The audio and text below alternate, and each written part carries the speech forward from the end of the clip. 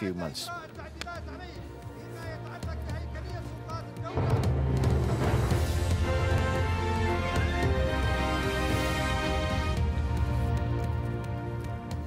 This is Al Jazeera, and these are the stories making headlines. State television in Libya has broadcast what it says are confessions of members of a criminal terrorist group linked to Al-Qaeda.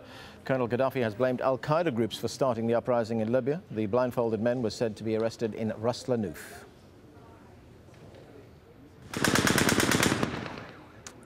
Now, in that town, forces loyal to Muammar Gaddafi struck at rebels and oil installations. Dozens of people are reported to have been killed there and in other battling cities in the country. The Kremlin has announced a ban on Russian weapons sales to Libya. Moscow has signed $2 billion worth of contracts with another $1.8 billion warplane and missile deal in the pipeline. Senior representatives from Gaddafi's government have been sent to Egypt, Portugal and Belgium on a series of diplomatic missions. Their objective is unclear. The Dalai Lama has announced he'll be stepping down from his role as the political head of Tibet's exile movement. He said it's time for a freely elected leader to take over. An earthquake has struck a remote area of southwest China. At least 7 people are so far known to have been killed. Close to the border with Myanmar, the epicenter of the 5.8 magnitude quake was southwest of Dali town in Yunnan province. Many houses and buildings are reported to have collapsed. Authorities in Egypt have made a number of arrests after armed men attacked demonstrators in Cairo's Tahrir Square. Pro-reform protesters say supporters of the ousted President Hosni Mubarak used knives, machetes and rocks against the protesters who were camped in the square. The government has promised an investigation into the incident. In Côte d'Ivoire, cocoa bean exporters have been ordered to get back to work or their stock will be seized. The disputed president, Laurent Gbagbo, wants to reverse an export ban imposed by his presidential rival, Alassane Ouattara. Côte d'Ivoire is the world's leading supplier of cocoa, much of which is made into chocolate. In the U.S. state of Wisconsin, the Senate has voted to remove nearly all collective bargaining rights held by public sector workers. The Republican-led legislation was opposed by 14 Democratic senators who fled to Illinois in protest. The proposed law is expected to be passed by the Republican-controlled Senate Assembly on Thursday. And those are the latest headlines here on Al Jazeera. The news continues with Inside Story.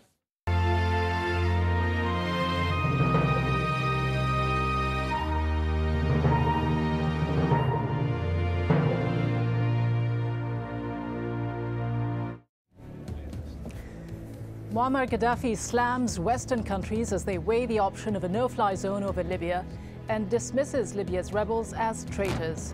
But as Gaddafi becomes increasingly isolated, what are his options? And as the standoff continues, would an international military intervention be the right solution?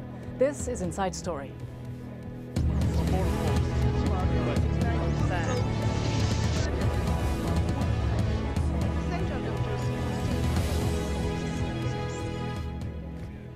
Hello and welcome to the program. I'm Rida Fakhri. Calls are mounting for the imposition of a no-fly zone over Libya, but with no single nation willing to take the lead, what options lie ahead for Libya's future? Zainab Walji has more.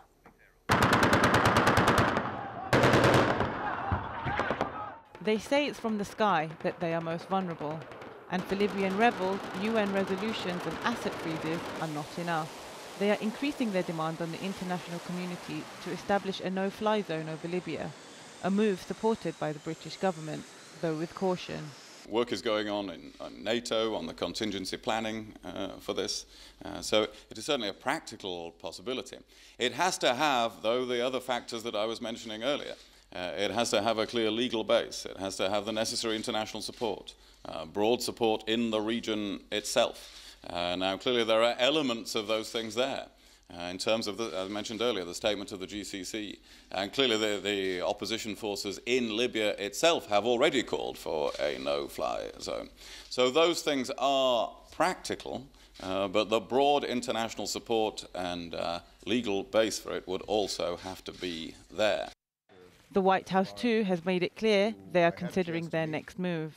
We've got NATO, as we speak, consulting in Brussels around a wide range of potential options, including potential military options. in response to the violence that continues to take place inside of Libya. But this move would require military intervention, making it much easier to talk about than actually implement. And there is by no means unanimity among the UN Security Council, with both Russia and China insisting that Libyans must solve their own problems. So with Libya on the brink of civil war, what options lie ahead? For one thing, the recognition of the National Council, formed by rebel leaders, as a legitimate alternative ruling body in Libya would weaken Gaddafi's regime. France and the EU have already endorsed the National Council, and 2 members have met with French Foreign Minister Alain Juppé in Paris on Wednesday, and the EU Foreign Policy Chief Catherine Ashton is also planning to meet them. But the European Parliament is split over what measures the EU should take to help the Libyan opposition, with rebel leaders calling for military assistance without direct military involvement. A solution to Libya's current crisis still seems a long way off. All the while, Muammar Gaddafi's forces will continue to try to take back areas now under rebel control, and the numbers of casualties will undoubtedly escalate. Zainab Walji, Inside Story. Well, for more on all this, we're joined now by our 3 guests. From Texas, Mansour El-Kikhya, the chairman of the Political Science Department of the University of Texas at San Antonio. From Washington, D.C., Henry Schuler, a former American diplomat who served in Benghazi in the early 1960s. Schuler was one of the few Americans to meet Gaddafi after the coup in 1970. And joining us here from Doha, Libyan political analyst Ibrahim Jibril.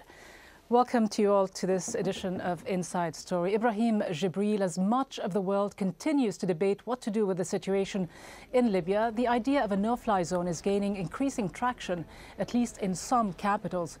Do you see it as being in the long-term interest of Libya to have what will most likely be, in the end, a Western US-led military intervention? Well, under the umbrella of the United Nations, and this is what we have been talking about all along, we have been clear that we're not asking for any one unilateral move from any Western country to impose a no-fly zone or to get engaged in the political and the revolution that's taking place in Libya. But we have said all along that under the umbrella of the United Nations and the Security Council, that a no-fly zone should be imposed. We think that this is relevant and this is critically important to at least diminish, if not stop altogether, the onslaught that is going on now by Gaddafi and his regime. But whether it is imposed with, perhaps under the guise of a Security Council resolution or not, it does amount, doesn't it, to an act of war. This kind of military escalation of the conflict, do you see it as being in the long-term interest of Libya, or would it simply play into the hands of Colonel Gaddafi, giving him some kind of justification for retaliation? I honestly don't see an escalation beyond what today is from the air and the sea and the ground. People are getting bombarded and they are getting shot at, bombs are getting dropped, missiles are getting fired at them. I don't see any further escalation. What would it be? How much worse can it get for the man on the street or the woman or the child in Zawiya today? How much worse can it get? What happens is that what would happen is that Gaddafi will not be able to fly his planes over Zawiya or Ras Lanuf or anywhere else, or